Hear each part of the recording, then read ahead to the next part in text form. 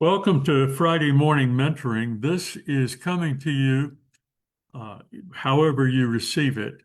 If you're in our actual conference room on Zoom, we're here every Friday, and you can contact me at tom.sims@scorevolunteer.org because I'm offering one of my webinars as a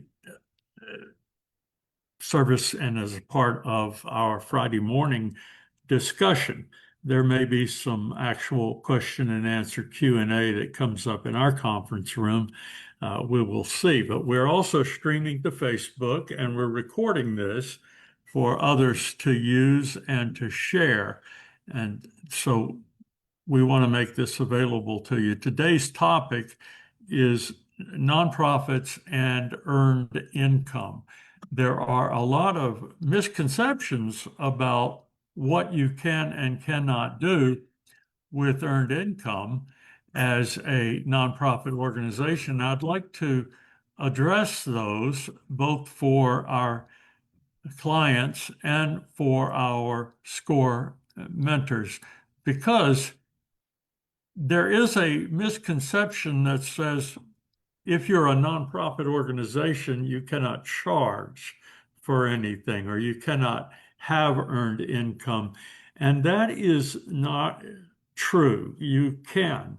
What makes you a nonprofit organization is not how you receive your money as much as how you distribute your money. It has to be for the public good. It has to be for the practical mission aligned basis for which you've raised that money. Now, there are more options for raising money with nonprofits. You have more access to grants.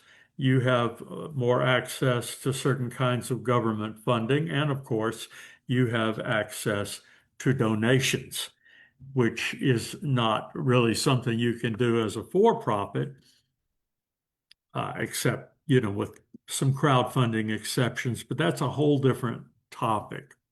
So let's talk about ways that you can earn income. We're living in a time where government funding is questionable. We may or may not receive it. But the truth is, government funding has always been questionable. It's never been a guarantee. Neither have grants been guarantees. The largest base of your consistent income needs to come from donations, but many nonprofits are discovering they should leverage their existing assets to earn some of their income. What are your existing assets? Well, your staff expertise. And from that, you can offer training, consulting, or workshops. Your facilities are an asset. For instance, if you're a faith-based organization, a church or religious body, perhaps you have facilities that you can use to create income. Publications or curriculum, these are examples of ways you can earn income. The second thing you might want to keep in mind is developing a fee-for-service program. That is, you may charge a sliding scale for services that you already provide, counseling, classes, certifications. You, as a nonprofit, you exist for the public good, so the sliding scale means that you can offer different fees for people at different income levels, all the way down to free. Now, again, what makes you a nonprofit is that the board does not receive this money. The directors do not receive this money. The employees do not receive this money.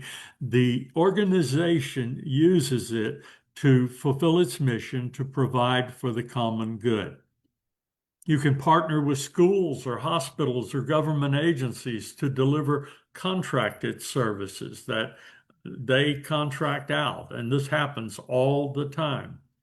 You can look at the possibility of membership models for ongoing value that you offer to people.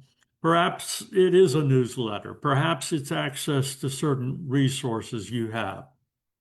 The third thing you may want to keep in mind is creating a social enterprise.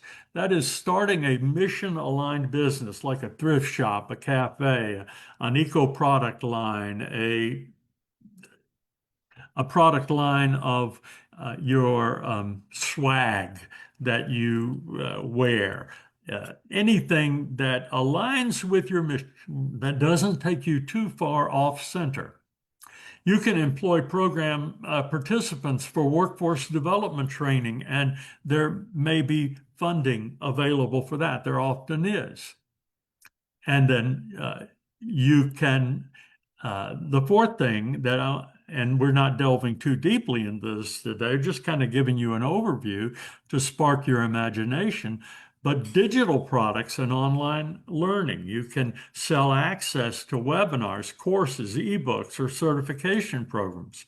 For instance, at the nonprofit for which I volunteer and am volunteering at this moment, SCORE, we have certain products that are fee-based and many that are free. So we are looking at how we may maximize our capacity to earn some money that will enable us to continue to offer our core programs at no cost. You can offer licensing for curriculum you've developed. That is, someone else can teach your curriculum. You train them, you license them, you give them the opportunity to teach your program, to use your materials, but to do so for a fee. Of course, the old tried and true is event-based revenue.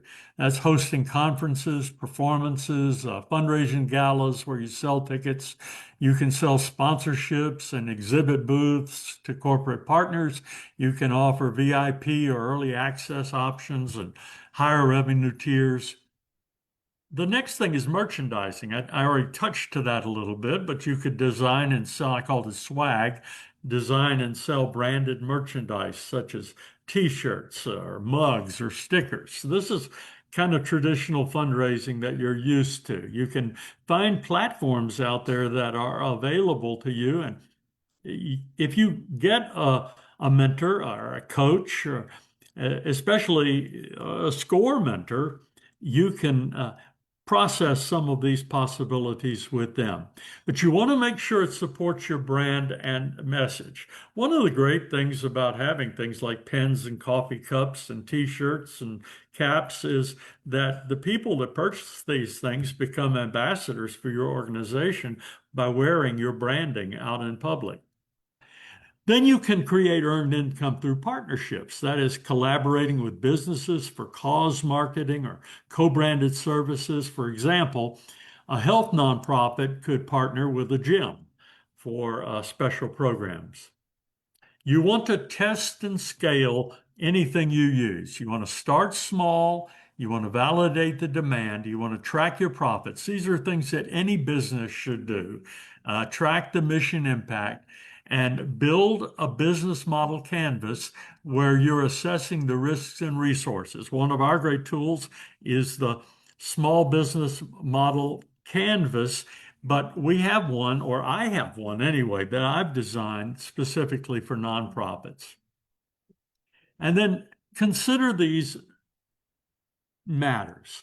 You want to avoid mission drift at all costs. Do not want your earned income to be your reason for existence. You want to make sure that you've dotted your I's and crossed your T's legally. You could set up a separate LLC or hybrid structure like a nonprofit with a for-profit subsidiary. You want to make sure that you are complying with all the tax laws, and you want to make sure your staff has the capacity to do this extra work that you are considering.